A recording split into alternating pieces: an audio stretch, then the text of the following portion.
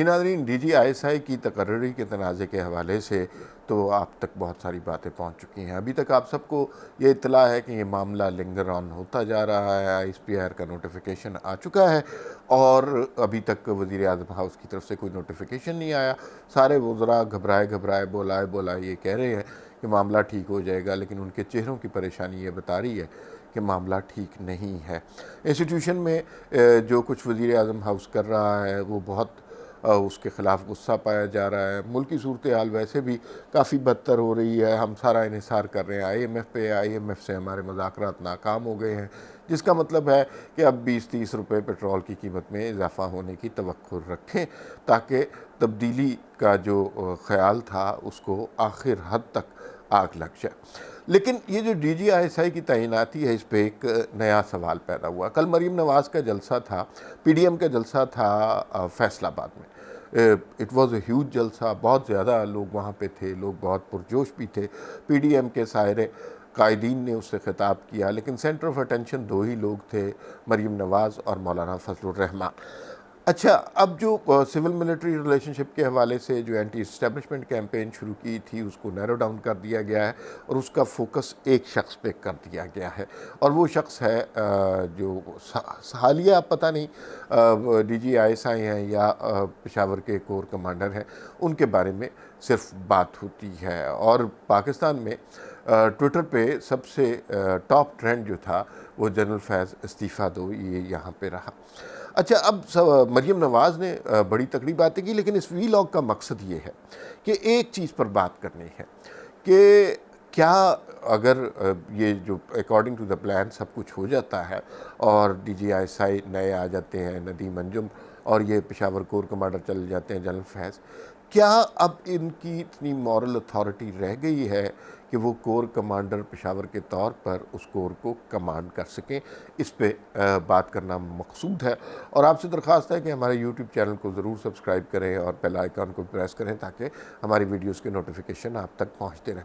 अच्छा, कल मरीम नवाज़ ने जो कुछ इमरान खान के साथ और जनरल फैज़ के साथ कर दी है वो बहुत ज़्यादा है, और मसलन और उस पर जो क्राउड का रिएक्शन था, तो इन दो हज़रात को तो शर्म से डूब के मर जाना चाहिए। और जिस तरह की बातें हुई हैं, माजी में कभी इस तरह की मिसाल नहीं रही। चीफ़ के ख़िलाफ़ बात होती थी, लेकिन कभी DGISI इतना पॉपुलर नहीं हुआ था, इतना क्रिटिसाइज़ नहीं हुआ था, उसकी शख्सियत, इतनी पोस्टिंग पर इतनी बात नहीं होती थी, लेकिन अब बात होती। तो मरीम नवाज़ ने जो बातें की कि सिर्फ़ एक शख्स की अपॉइंटमेंट के लिए पूरा मुल्क दाव पे लगा दिया है, सिर्फ़ एक शख्स के ताउन के लिए आवाम को महंगाई की जहन्नुम में धकेल दिया है किसी।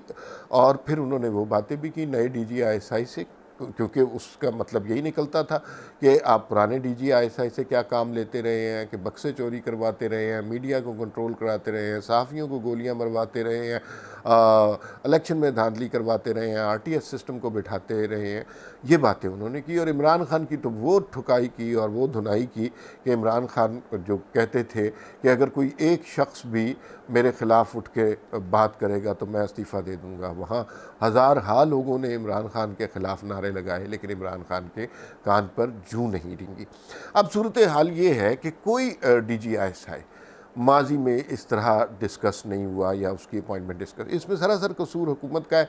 अगर आप कुछ अरसा रिवाइंड करके देखिए कि अगर ये तैनाती हो जाती, जनरल फैज़ चले जाते पेशावर, जनरल नदीम अंजुम इस DGISI आ जाते, तो ये मसला क्रिएट ही नहीं होना था। लेकिन एक मसला ख़ुद इस हुकूमत ने तख्लीक किया है, जैसे बाइडन की कॉल वाला मसला ख़ुद तख्लीक किया है। बाइडन ने कितने ममालिक होंगे जिनके सरबराहान को फ़ोन नहीं किया, लेकिन इन्होंने ये वो मसला इतना बड़ा बना दिया कि वो मसला तख्लीक हो गया। जो IMF की से कर्ज़े लेने वाला मसला भी आप देख लीजिए कि हर दौरे हुकूमत में हम IMF से कर्ज़े लेते हैं, इतना बड़ा मसला नहीं बनता। इन्होंने ख़ुदकुशी के वादे किए और फिर इतना बड़ा उस मसले को कर दिया कि अब लोग IMF के हवाले से इन्हें ताने देते हैं।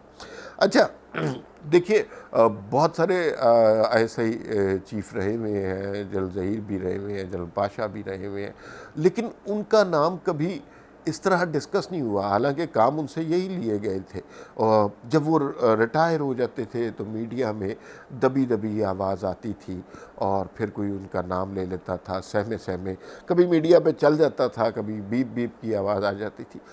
ये तो सूरत हाल ही बहुत मुख्तलिफ हो गई है। अब जिस तरह पीडीएम ने अपनी सारी गुफ्तगू को नैरो डाउन कर दिया है, इसका मतलब तो ये लगता है कि उनका फोकस जनरल फैज़ है। अब जनरल फैज़ जो हैं वो अंदरी हालात बताते हैं कि जनरल फैज़ खुश हैं कि वो कोर कमांडर पेशावर के तौर पे जा रहे हैं, लेकिन उनकी बड़ी ह्यूमिलेशन हो चुकी है। सारा मुल्क, अगर टॉप ट्रेंड ट्विटर का बना है, सारा मुल्क उनके इस्तीफ़े का मुतालबा कर रहा है और उनसे कह रहा है कि आप हमारी जान छोड़ दें।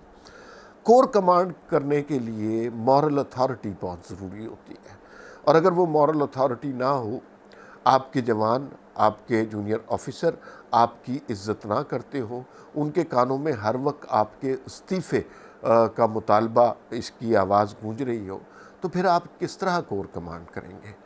आप बिल्कुल कोर कमांड नहीं कर सकते। और पेशावर जैसी कोर, जो कि अफ़गान मसले के लिए, अफ़गान रिलेशनशिप के लिए बहुत ज़्यादा अहम है, वो आप बिल्कुल कमांड नहीं कर सकते, क्योंकि आपके जूनियर्स जो हैं वो, उनके कानों में हर वक्त ये नारे पड़ रहे हैं कि जनरल फैज़ इस्तीफ़ा दो।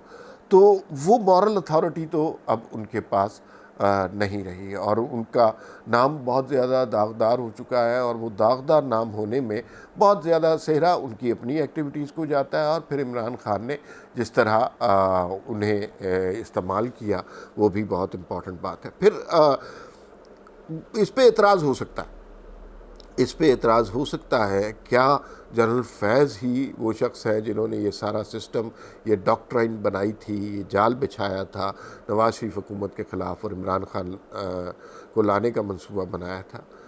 मेरा नहीं ख्याल कि ऐसा हो सकता है। वहाँ पे चेन ऑफ कमांड का ऐसा अच्छा तरीका है कि एक दूसरे के बगैर आप हिल नहीं सकते। तो फिर जनरल फैज़ पे क्यों ही सारी बातें फोकस हो रही हैं? सुनने में ये आया है, अब ये खबर कंफर्म नहीं है, कि कुछ लोगों ने जो पाकिस्तान का हाल कर दिया है, अब वो उस पर पछता रहे हैं, और उसमें से चंद लोग इस सूरत हाल में ना एक्सटेंशन चाह रहे हैं, ना अनाने इक़्तिदार चाह रहे हैं, ना किसी किस्म की कोई और फाइनेंशियल गेंस चाह रहे हैं।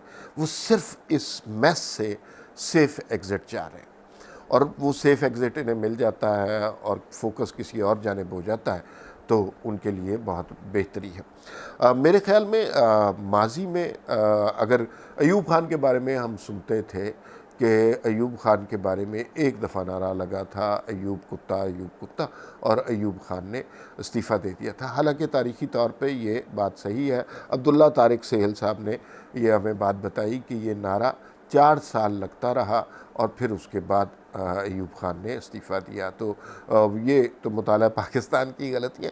लेकिन अब जनरल फैज़ के पास ऑप्शन क्या है? जनरल फैज़ क्या टेक्निकली अगर देखा जाए, पेपर्स पे देखा जाए, तो वो यकीनन क्वालिफाई कर सकते हैं नेक्स्ट आर्मी चीफ़ के लिए आफ्टर ए सर्टेन टाइम। लेकिन क्या वो मॉरली क्वालिफाई कर सकते हैं?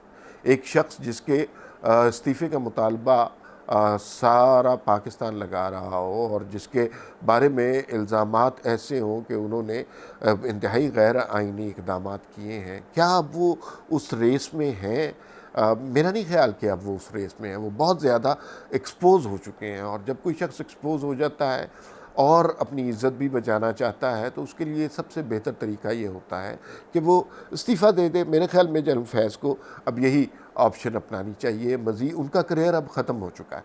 वो अगर इसको लिंगर ऑन करेंगे तो उनका वही हाल होगा जो आसिम बाजवा का था। आसिम बाजवा के बारे में भी बहुत ज़्यादा ट्विटर ट्रेंड बने, लोगों ने भी बात की, और लेकिन शुरू में वो टस से मस नहीं हुए और बड़ी ढिठाई के साथ नौकरी करते रहे। लेकिन एक स्टेज आई कि वो उनको बाहर निकाल दिया गया, और वो जो सूरत हाल है वो जनरल फैज़ के साथ भी पेश आ सकती है। तो अगर आप एक्सपोज़ हो जाएँ, आपके कारनामे जो कि जमहूरियत खुश हो, वो एक्सपोज़ हो जाएँ, तो बेहतर मामला यही होता है कि आप किनारा कशी इख्तियार कर लें। मेरा नहीं ख़्याल, और ये मेरा ज़ाती ख़्याल है कि जनरल फैज़ अब पेशावर कोर की कमांड कर सकेंगे, क्योंकि वो मॉरल अथॉरिटी उनके पास अवेलेबल नहीं है। कभी पाकिस्तान की तारीख़ में नहीं हुआ कि DGISI के ख़िलाफ़ और वो मतलब सर्विंग जनरल भी हो, serving general, lieutenant general, senior general हैं, और उसके बारे में जलसों में बात हो रही हो, ट्विटर पे बात हो रही हो, फेसबुक के सफ़ात भरे हुए हो, तो ये सूरत हाल उनके लिए बहुत अलार्मिंग है। बेहतर यही है कि वो इस सूरत हाल में इस्तीफ़ा दे दें, क्योंकि मुल्क की सूरत हाल उनके साथ अब मवाफ़िक नहीं है। और जितना अब वो इस सूरत हाल को लिंगर ऑन करेंगे, जितना इसको तूल देने की कोशिश करेंगे, उनकी पोजीशन बहुत ख़राब होगी। और अब ये जो मौजूदा DGISI का मामला है, ये पता नहीं किस करवट बैठता है। लेकिन एक बात ये है कि अवामी गैज़ो गज़ब का अब इन्हें सामना है, जिन्होंने जमहूरियत कुछ इक़दाम किए थे। और अगर ये फ़र्ज़ कीजिए इस पे कोई रिएक्शन नहीं लेते, कोई रेमेडी इसकी क्रिएट नहीं करते, तो फिर अवाम का रिएक्शन बढ़ेगा। आज सिर्फ ट्विटर ट्रेंड है जनरल फैज़ इस्तीफ़ा दो, तो कल को इससे आगे बात भी हो सकती है। वो आप मेरे से बेहतर जानते हैं इससे आगे बात क्या हो सकती है। लेट्स सी कि सिचुएशन कैसे डेवलप होती है।